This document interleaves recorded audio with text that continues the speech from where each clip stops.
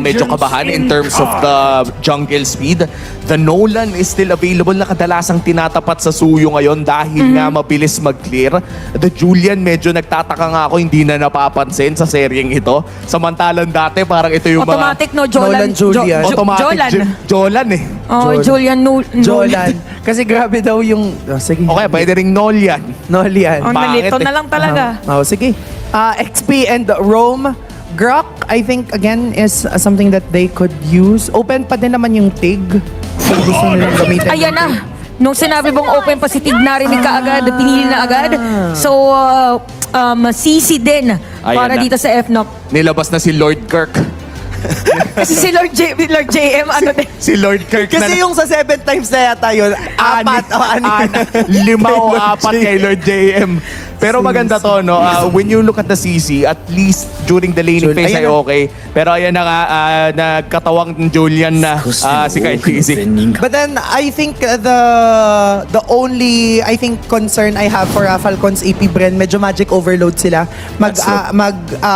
Parang magre-rely lang sila kay Super Marker for that physical damage kasi even the Katot Kacha is a magic based. So definitely kailangan nating makitang mag-snowball at magkaroon ng enough items si Super Marco para ma-pull off nila yung lineup to. Probably for Protect 1 yung gagawin dito ng side ng Falcons AP Bren. Again, another history in the making if ever para dito sa side ng Fnatic Onyx Philippines. Match point para sa kanila. Ilalaban ba to ng side ng Falcons AP Bren dahil kailangan nilang kabigin ang momentum. Ano nga ba talaga ang magiging storya ng ating serye? Sino ang magwawagi? Casters, pasok! Sa pagpasok natin sa game number 3, isa na lang ang kinakailangan ng Fnatic Onyx Philippines. Number 3 ang kailangan ng Falcons AP Bren. May pag-asa pa rin naman sila dito na kahit pa paano makahabol. Pero mahahabol pala ISFU. Nagulat sila dun sa damage pero nakabawi din naman. At ang kagandahan dito ay jungler ang napatumba ng Falcons AP Bren. Pero dun yung And it's going to be the gold standard setting it again na title. Pero dito yung titulo na makakuha ng pagong Okay, ay nagiging magulo. yung Vengeance nagamit din ha. Makakaligtas ba dito si Kirk? Level 4 siya. Sakto rin Tumama. lamang yung Eternal Guard habang Netherrealm naman. Ang sasagot dito ni Mew. Ngayon nagamit na rin yung Revitalize. Pero si KalTZ nakakuha na nga ng isa. Ngayon na-pop na rin dito ni FlapTZ yung kanyang ultimate. Pero nakakuha din si Ogan ng isa dun sa may right mid push. Kung nauna na dito ang mga bees. Ngayon naman ay tumama din yung Flicker. Kasama pa nga yung mga cover dito ni FlapTZ. Nagamit din yung Vengeance mula kay Kirk. Habang si Bruto ay nakaabante na nga rin lang. Ngayon may ibig si FlapTZ sa apat na members. Pero papalayain siya dito ng Fnatic Onyx Philippines.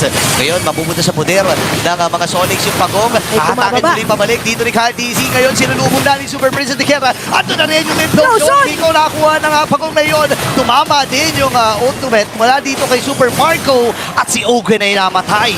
Ito yung si Super Marco. They need all the damage that they can give. Pero yung stick of damage, grabe na yung in-inflict. Sinimula na nga kagad. Dapat doon ko siya. Pero kung tinamaan doon. Kaya lang, andito yung Netherrealm. Nailigtas sa mga members dito ng Falcons AP Bren. Isa-isa pero si KalTZ yung mga traps. Kaya lang walang makakaligtas kay King Kong. Nasibat din itong si King Kong. Nakabawi ang Falcons AP Bren. Walang mga mesas na yun. Walang tinamaan si Ogwen. Ngayon ito ata magkakataon ni Implosion sa dalawa. Dalawa na huli din ni Implosion pero magkakataon na ng Falcons AP Bren. Nakabawi din. At yung mga sibat. May King Kong. Si King Kong sa likod. Winashing-washing lang. Itong si View.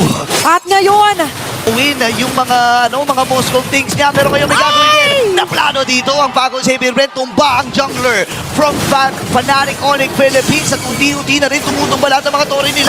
FlapTZ, nararamdaman yung damage mula doon sa Lord, yung mga ikot-ikot na yun. pero mas sumatapang ngayon ng Fnatic Onyx Philippines knowing na na-proke na medyo maaga yung 10K. Netherrealm.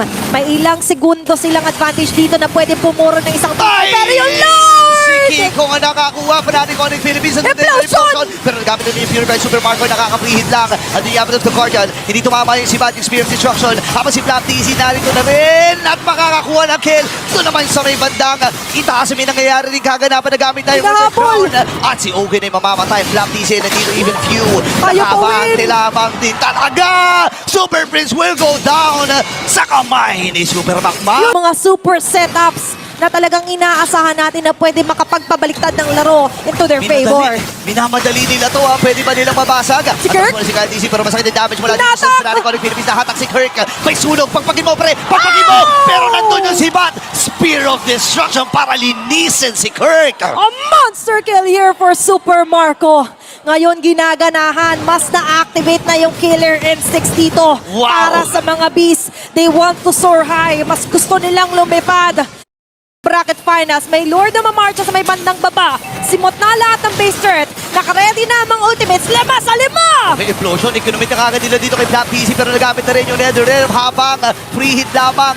Itong si Super Makmak. Black TC ay buhay pa rin. Pokes from Super Friends. Andito pa yung 6 man of the year. Kasama pa nila Oven. Papaba sa 40% yung buhay dito. Pero Grabe. papasok si Kyle TC. Oh! Apat of the Guardian. Guardian. Dalawa na uli doon. Si Piwa yung matras. Buhay pa rin si Super Makmak. Elray nakakuha ng isa doon yung Spirit Destruction. Gugo nga ba sila? My Ang Lord. magiging call dito ng Phantom Savior atras. Pero mamamatay si King Kong. Namatay dun sa hampas ng Lord. Kaya ba nila? Ang daming minions. Kaya ba nila protektahan yung kanilang Crystal? At ang sagot ay oo. Taon na ng Falcon Safety Bren na ituloy ito. Kirk, Op. umaabot. Sumasakit. Kalati kagad yung boy din yung View. And this time ay medyo atras muna si Kirk. Si View ay Alam nanganganib din. Nandun yung flick. Ay! At si King Kong nakakuha ng Lord. Ngayon naman, Abbot of the Guardian. Sino kanya mahuli? Sakto din yung Winter Crown. Atras muna sila. Yung implosion lakay Brusco. Free hit na naman si Nagmamadali, Super Makmak. nagmamadali. At nagmamadali. Ang Phantom Savior Brento sa may bandang gitna. Nagamit na rin yung turn card. Super Marco nakakuha ng kill. Kailangan mo tumakbo. Kailangan mo matras. Ni Kyle TC dito.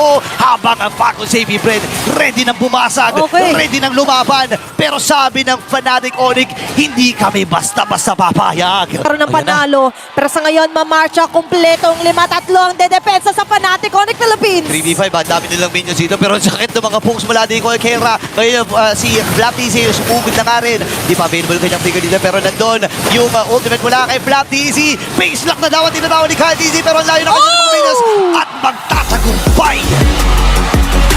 Ang Falcon Savvy Bren. Falcon Savvy Bren finally securing their first point dito sa upper bracket